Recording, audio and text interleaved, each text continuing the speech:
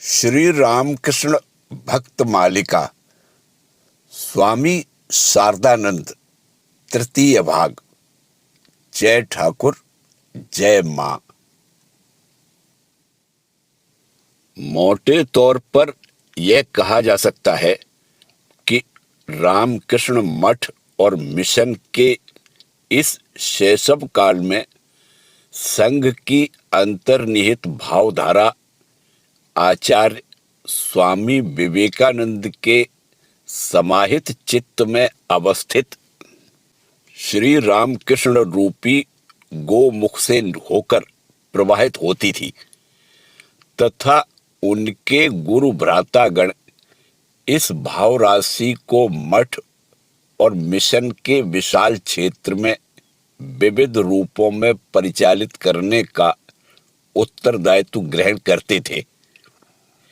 फिर इनमें स्वामी ब्रह्मानंद महाराज मुख्यतः संघ के आध्यात्मिक जीवन की परिपुष्टि की ओर ध्यान रखते थे तथा स्वामी शारदानंद की दृष्टि उस भाव राशि को निर्दिष्ट कर्म धारा के रूप में परिचालित करने की ओर रहा करती थी। यह विभाजन उनके चरित्र का परिचय कराने की दृष्टि से चाहे कितना भी महत्वपूर्ण क्यों न हो, पर यदि हम केवल इसी दृष्टिकोण से उनके चरित्र का विश्लेषण करें तो असफलता ही हाथ लगेगी तथा दूसरों के प्रति अन्याय भी होगा, क्योंकि एक ओर जहां स्वामी ब्रह्मानंद अधिकतर नए केंद्रों के गठन तथा पुराने केंद्रों के योग्य सुव्यवस्थापन में लगे रहते थे, वहां दूसरी ओर स्वामी शारदानंद संघ जीवन को पवित्र एवं ईश्वरोन्मुख बनाए रखने के प्रयास में तत्पर रहते थे। फिर इन दोनों प्रकार के प्रयासों में स्वामी जी का योगदान भी कम नहीं था। स्वामी जी केवल भावुक नहीं अपितु अक्लांत कर्मी भी थे। इसके अतिरिक्त स्वामी प्रेमानंद तथा अन्य गुरु भ्रातागण श्री रामकृष्ण देव की भाव राशि को अपने क्षेत्र में विविध प्रकार से रूपायित करते हुए इस विराट संघ को पवित्र, परिपूर्ण, शक्तिशाली, सुंदर तथा गौरवमय बना रहे थे। अतः बाह्यता जिसका जो भी योगदान क्यों न रहा हो, हमें इस सामूहिक अंतर्दृष्टि के आधार पर ही श्री रामकृष्ण देव के संतानों की चर्चा करनी होगी। अस्तु, यहां हम स्वामी शारदानंद के ही जीवन का अनुसरण करें।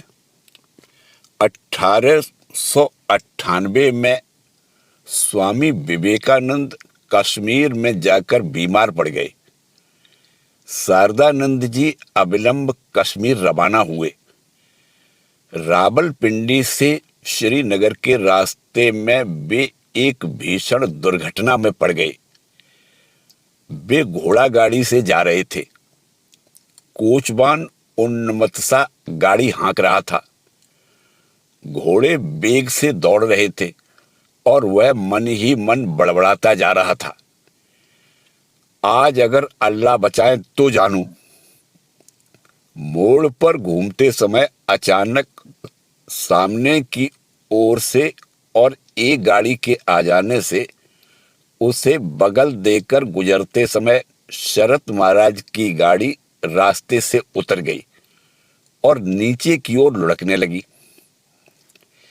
इधर गाड़ी एक पत्थर से टकरा जाने के कारण वह पत्थर भी गाड़ी के नीचे लुढ़कने लगा। स्वामी शारदानंद ने देखा कि इस प्रकार चलते रहने पर तो मृत्यु अवश्यंभावी है, तथापि उद्वेग रहित वे मौके की घात में रहे और सोचा कि सामने के वृक्ष के निकट पहुंचने पर वे उसकी डाल पकड़कर अपनी जान बचाने का प्रयास करेंगे। भाग्यवश घोड़ा आड़ा होकर पेड़ से लगकर ठहर गया और अपने पूर्व निश्चय के अनुसार बाहर उछल पड़े। इसके फलस्वरूप उनके पैर में थोड़ी चोट तो लगी, पर वे सुरक्षित रहे। लेकिन वह पत्थर आकर घोड़े से टकराया और इससे उसका प्राणांत हो गया। अब उन्हें चिंता हुई कि इस अज्ञात स्थान में वे किस प्रकार अपनी रक्षा करें तथा कोचवान को होश में लाएं। कुछ देर बाद कोचवान होश में आ गया। फिर वह उन्हें निकट के गांव में ले गया और वहां से उनके गंतव्य स्थान जाने की व्यवस्था कर दी। और एक बार इंग्लैंड जाते समय भूमध्य सागर में स्वामी शारदानंद ऐसी ही परिस्थिति में पड़ गए थे। अचानक तूफान आ जाने से समुद्र की सतह पर हिलोरें उठने लगी और सहयात्रीगण प्राण के भय से भीत और हताश होकर इधर उधर भागने लगे। परंतु वे इस भागदौड़ के बीच भी दृष्टा बने शांत बैठे रहे।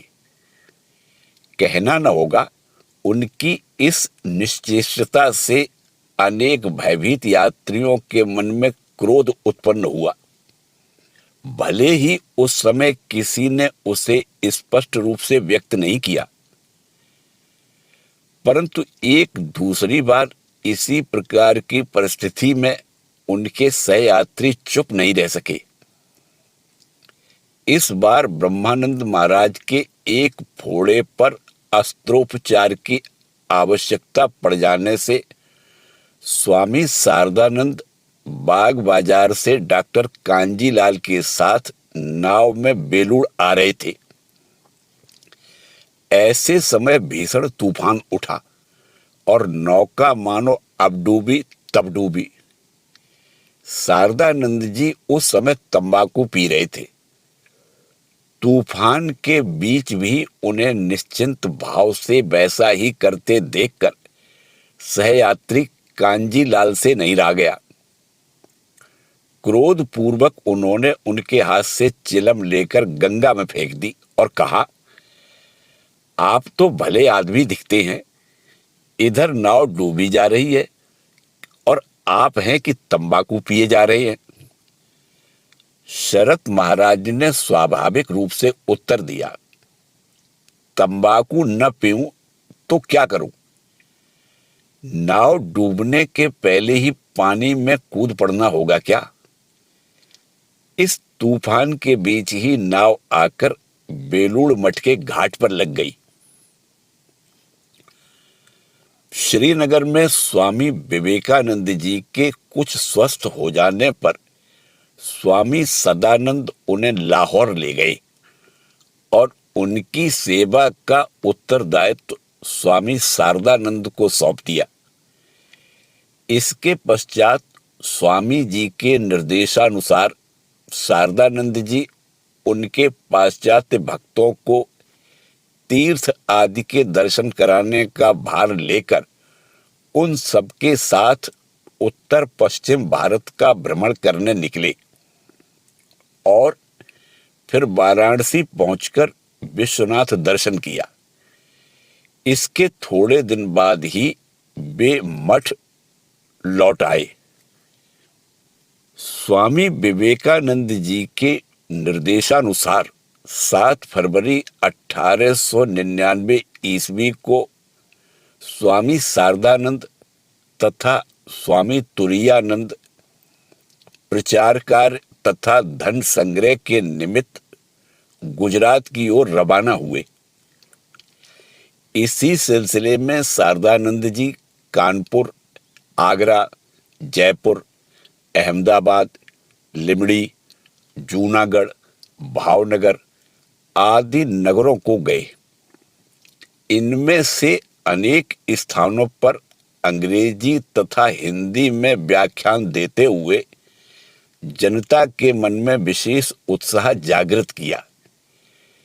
इसी समय संवाद आया कि स्वामी जी पुनः अमेरिका जाने वाले हैं, इस कारण उनका मठ लौटना आवश्यक है। अतः 3 मई को वे वापस मठ में आ गए। उनके मठ में आ जाने के बाद स्वामी जी स्वामी तुरायानंद के साथ विदेश यात्रा को चले गए। नवागत साधुओं के शिक्षण का भार अब स्वामी शारदानंद के कंधों पर आ गया। उन्होंने सर्वप्रथम उनके नियमित साधन भजन तथा शास्त्र अध्ययन पर ध्यान दिया। उन्होंने ऐसा नियम बनाया कि साधुओं को पारी पारी से मंदिर में सारी रात जप ध्यान चलाना होगा। वे प्रायः स्वयं भी उदयास्त जप ध्यान कर सभी के सामने आदर्श स्थापित करते थे। साधुओं के साथ आध्यात्म शास्त्रों की चर्चा में भी वे काफी समय बिताया करते थे। इसके अतिरिक्त कई स्थानों पर व्याख्यान, कुछ विशेष भक्त परिवारों में उपदेश दान, पत्रिकाओं के लिए लेख तथा मठ मिशन के पत्र व्यवहार आदि में भी उनका पर्याप्त समय व्यतीत होता था। इसी वर्ष के मध्य में राजपूताना के किशनगढ़ में भीषण अकाल पड़ा। इस अवसर पर मिशन के स्वामी शारदानंद के नेतृत्व में राहत की व्यवस्था हुई। इस कार्य के प्राथमिक व्यय हेतु हाथ में पैसे न रहने से वे ऋण लेने में भी नहीं हिचके। इस बीच पूर्व बंगाल से बार बार बुलावा आ रहा था। अतः दिसंबर में उन्होंने उस अंचल में जाकर ढाका, नारायणगंज, बरिशाल आदि स्थानों पर व्याख्यान दिए। बरिशाल में वे 8 दिन तक थे और वहां पर अश्वनी कुमार दत्त के मकान के निकट ही एक नए मकान में उनके ठहरने की व्यवस्था की गई थी। शरत महाराज इस मकान में विश्राम आदि करते थे और अश्वनी बाबू के मकान में भक्तों तथा आगंतुकों के साथ धर्म प्रसंग करते थे। बरिशाल में उन्होंने 3 हृदयग्राही व्याख्यान दिए, जिसमें से एक अंग्रेजी तथा 2 बंगला में थे। 2 प्रश्नोत्तर सभाएं भी हुई। अंतिम दिन वे अंतरंग भक्तों के साथ श्री रामकृष्ण देव के संबंध में चर्चा करते हुए समाधि मग्न हो गए और बड़ी देर तक निष्पंद रहने के बाद श्री रामकृष्ण नाम का उच्चारण करते हुए सामान्य भू स्तर पर लौटे। प्रचार कार्य से लौटने के पश्चात उन्होंने तंत्र साधना में मनोनिवेश किया। इसके लिए उन्होंने अपने चाचा ईश्वर चंद्र की शरण ली। ईश्वर चंद्र सुविख्यात पंडित जगन मोहन तर्कालंकार के मंत्र शिष्य तथा सिद्ध कौल थे। माताजी तथा स्वामी ब्रह्मानंद को सब कुछ अवगत कराने के पश्चात 20 नवंबर 1900 ईस्वी चतुर्दशी की रात को वे पूर्णाभिस्वत हुए। आदरणीय योगीन मां का भी उसी रात पूर्णाभिषेक हुआ। तंत्र साधना में मग्न होकर स्वामी शारदानंद ने शीघ्र ही नारी मात्र में जगदम्बा को अधिष्ठित देखा। अपने भारत में शक्ति पूजा नामक ग्रंथ में शक्ति पूजा का रहस्य समझाते हुए उन्होंने अपनी जिन अनुभूतियों का उल्लेख किया है, उसी से यह स्पष्ट हो जाता है कि सिद्धि के अत्यंत उच्च शिखर पर आरूढ़ होने के बाद ही वे इस ग्रंथ की रचना में प्रवृत्त हुए थे। ग्रंथ के समर्पण पत्र में लिखा है, जिनके कृपा कटाक्ष से ग्रंथकार संसार की सभी नारियों में श्री जगदम्बा की शक्ति की विशेष अभिव्यक्ति का अनुभव कर धन्य हुआ है, भक्तिपूर्ण हृदय से यह पुस्तक उन्हीं के चरण कमलों में अर्पित है। स्वामी जी जब दूसरी बार अमेरिका से लौटे तो वे अस्वस्थ थे। उनकी तीव्र इच्छा थी कि श्री रामकृष्ण देव के संदेश को देश शीघ्र ही अपनाए। इसमें जो विलंब हो रहा था उसे वे सहन नहीं कर पा रहे थे। इसी कारण देश की अक्षमता देखकर उनकी आकुलता कभी कभी नाराजी के रूप में प्रकट होने लगी थी। ऐसे अवसरों पर उनके समक्ष जाने का कोई साहस नहीं जुटा पाता था। काम काज के लिए शारदानंद को उनके पास जाना ही पड़ता था। परंतु आश्चर्य की बात यह है कि स्वामी जी के आशीर्वाद या भर्त्सना से विचलित न होकर वे निर्विकार भाव से अपने कार्य में लगे रहते थे। एक दिन स्वामी जी ने स्वामी ब्रह्मानंद तथा शारदानंद को किसी कार्यवश कलकत्ते भेजा।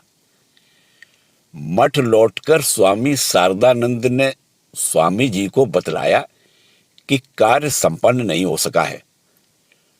स्वामी जी को लगा कि उनके निर्देशों का पालन न करने के कारण ही ऐसा हुआ है।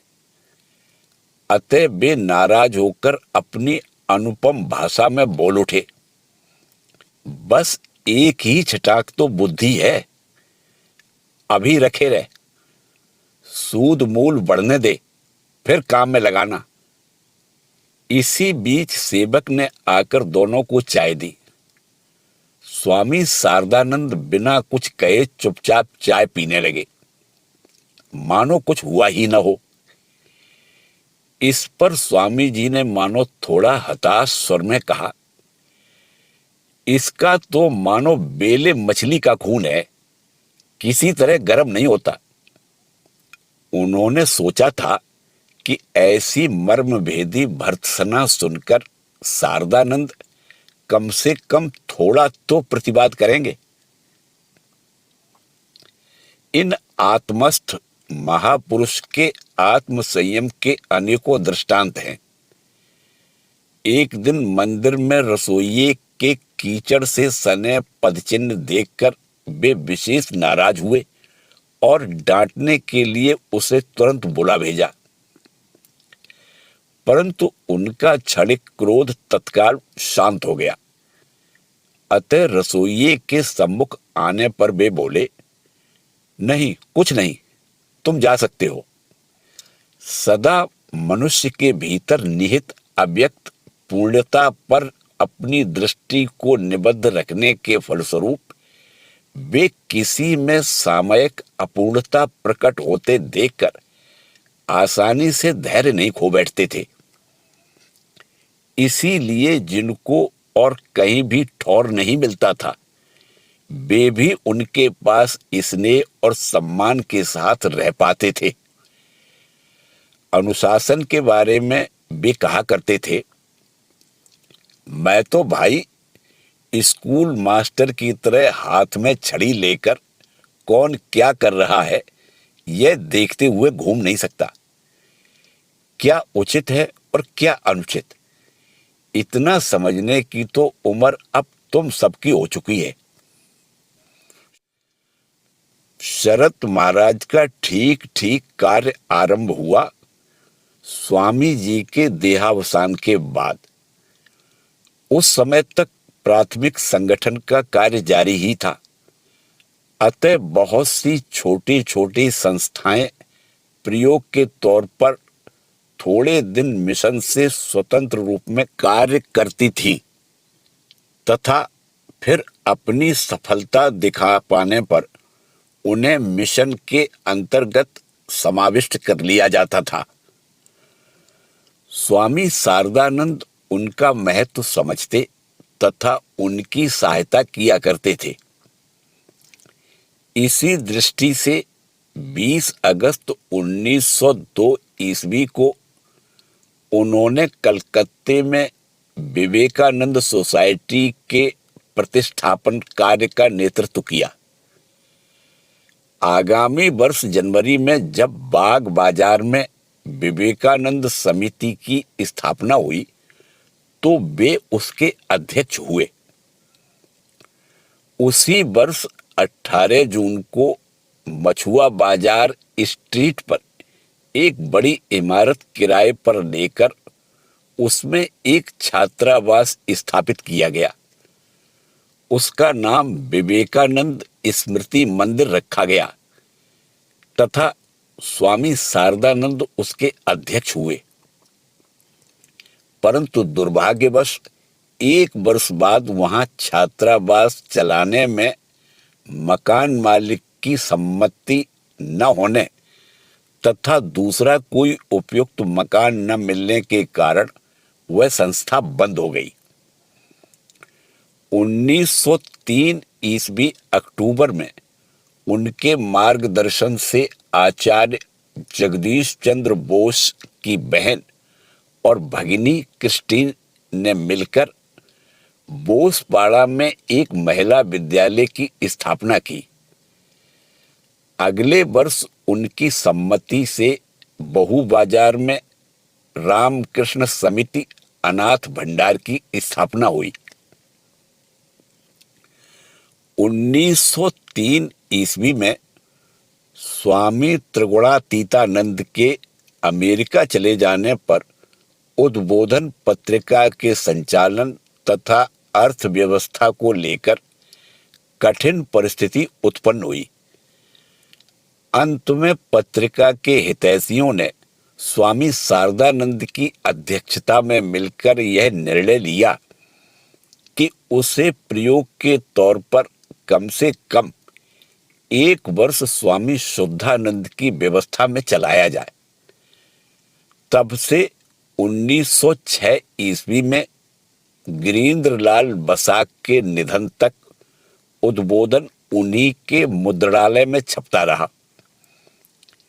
तदंतर उसका कार्यालय 30 नंबर बोसपाड़ा लेन में स्थानांतरित हुआ, पर शीघ्र ही मकान मालिक ने मकान खाली करने को कहा। इस पर स्वामी शारदानंद जी स्थायी भवन बनाने की बात सोचने लगे। फिर श्री माता जी के जयराम बाटी से कलकत्ता आने पर उनके ठहरने की अच्छी व्यवस्था करने में भी कठिनाई होती थी। अतः उनके निवास के लिए भी एक स्थान की आवश्यकता थी। इस संकट के समय में श्री केदारनाथ दास ने गोपाल नियोगी लेन में दान के रूप में एक भूखंड दिया। स्वामी जी के ग्रंथों की बिक्री से शारदानंद जी के पास 2700 रुपए जमा थे। उसी से गृह निर्माण का कार्य प्रारंभ हुआ, पर इतना धन कितने दिन चलता। अतः वीर भक्त शारदानंद जी कई लोगों की आपत्ति होने पर भी अपनी जिम्मेदारी पर ऋण लेकर भवन निर्माण का कार्य चलाने लगे।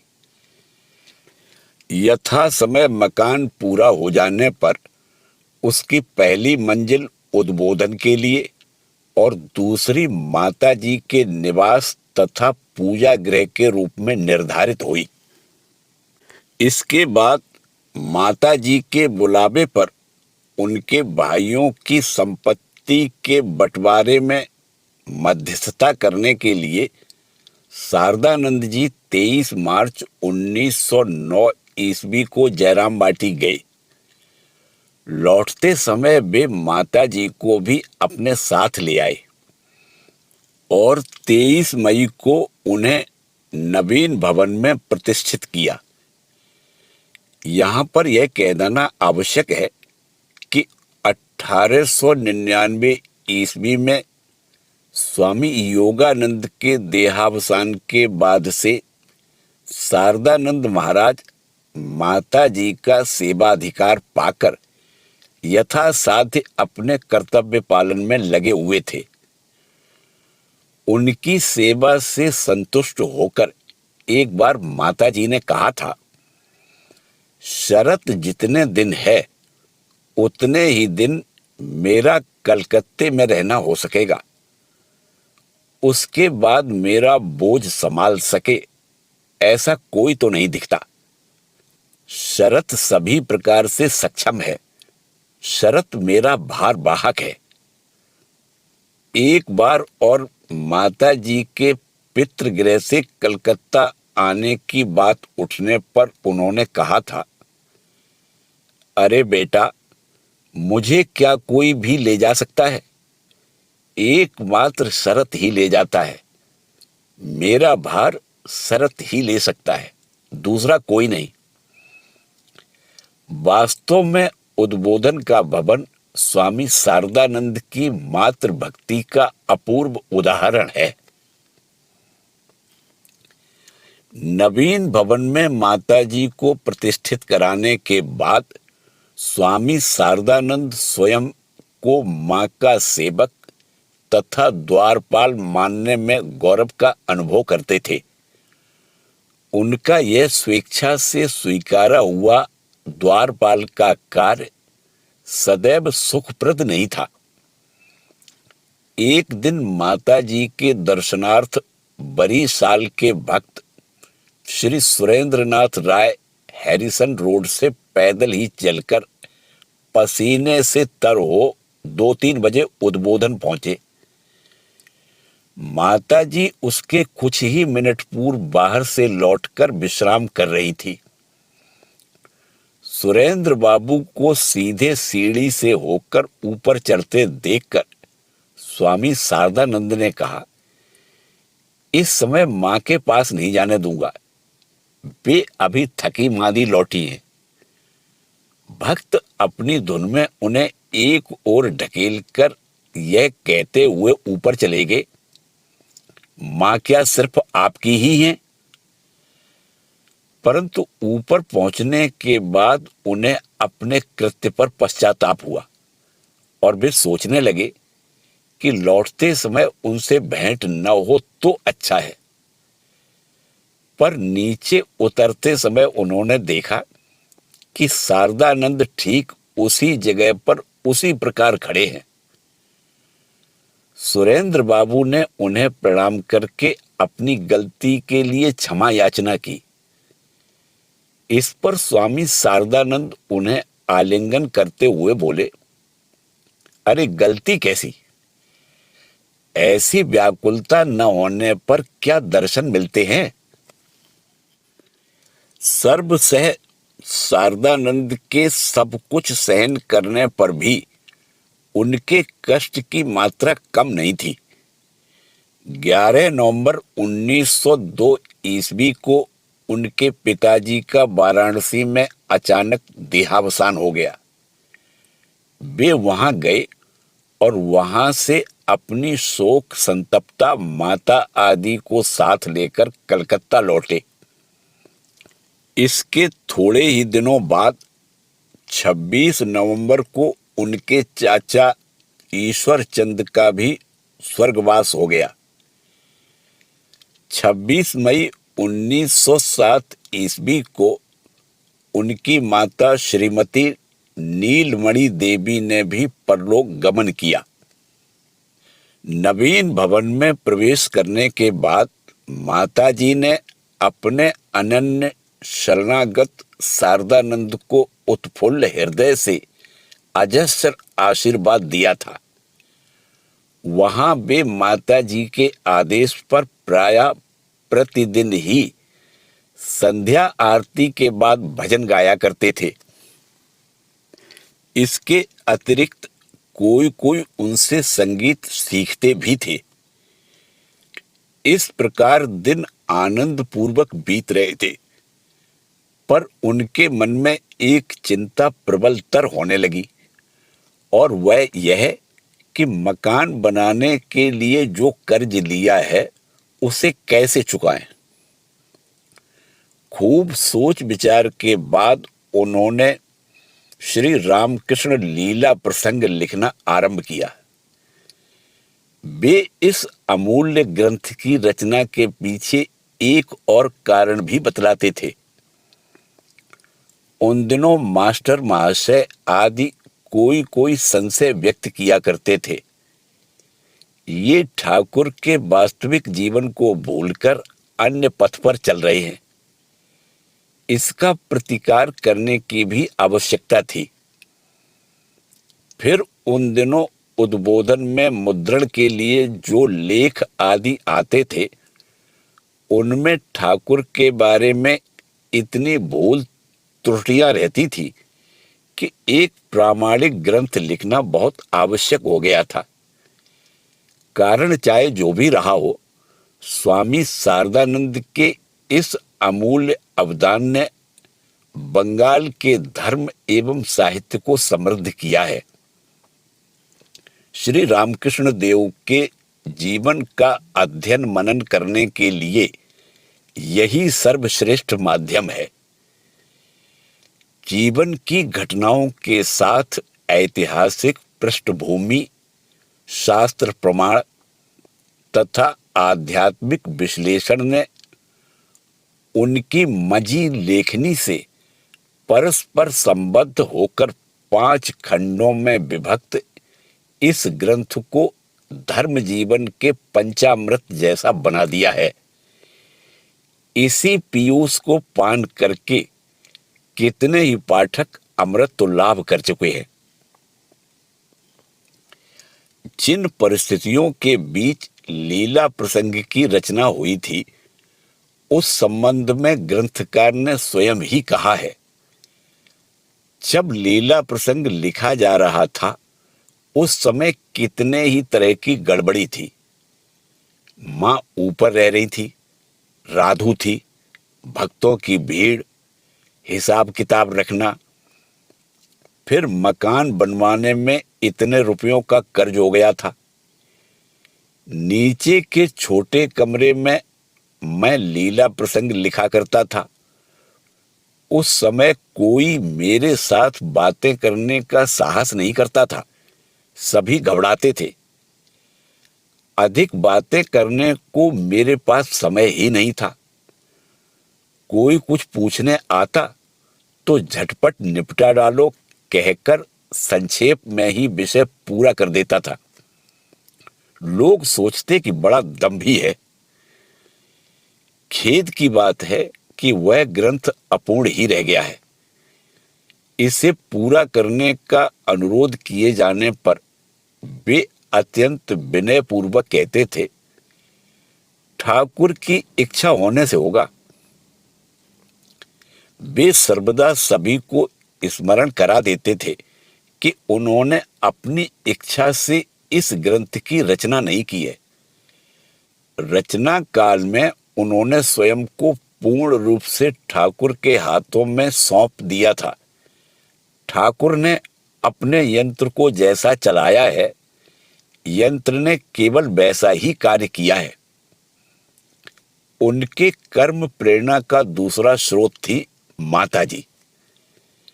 माताजी के लीला स्मरण के पश्चात उनकी कर्म शक्ति अचानक ही स्तब्ध हो गई। अतः ग्रंथ लिखे कौन? परंतु वह तो बाद की बात है। इस समय तो हम लीला प्रसंग के रचना काल की परिस्थितियों की चर्चा कर रहे हैं।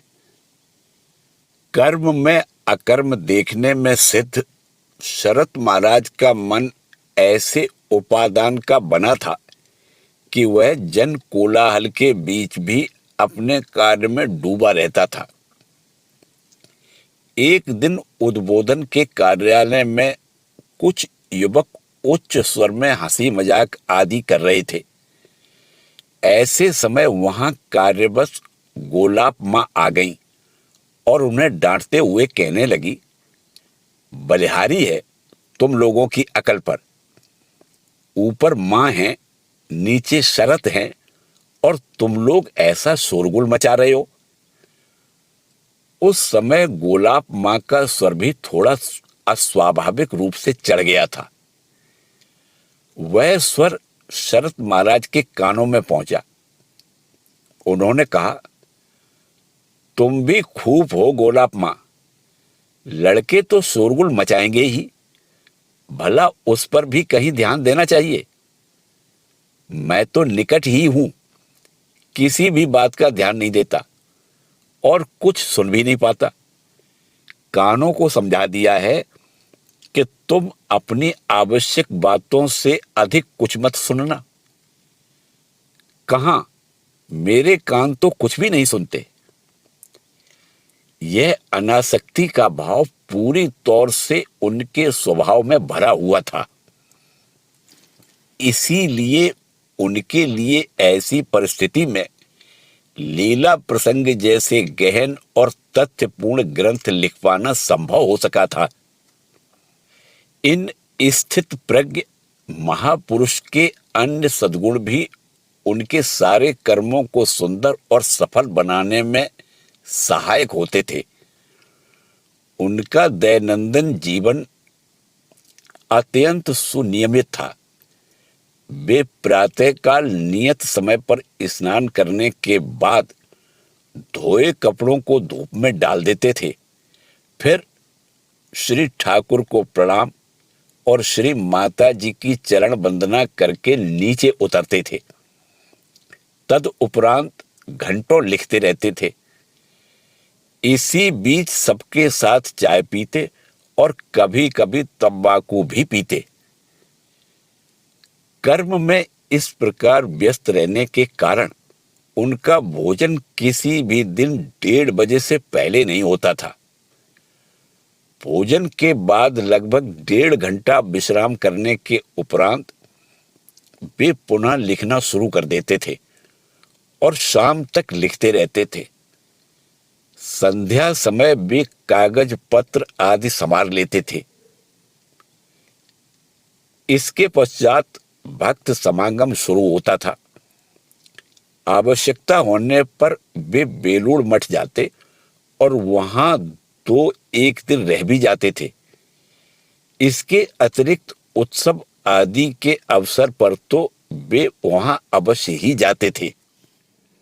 इसी के साथ श्री रामकृष्ण शिष्य शारदानंद जी के जीवन वृतांत का 3य भाग समाप्त होता है। जय ठाकुर, जय मां।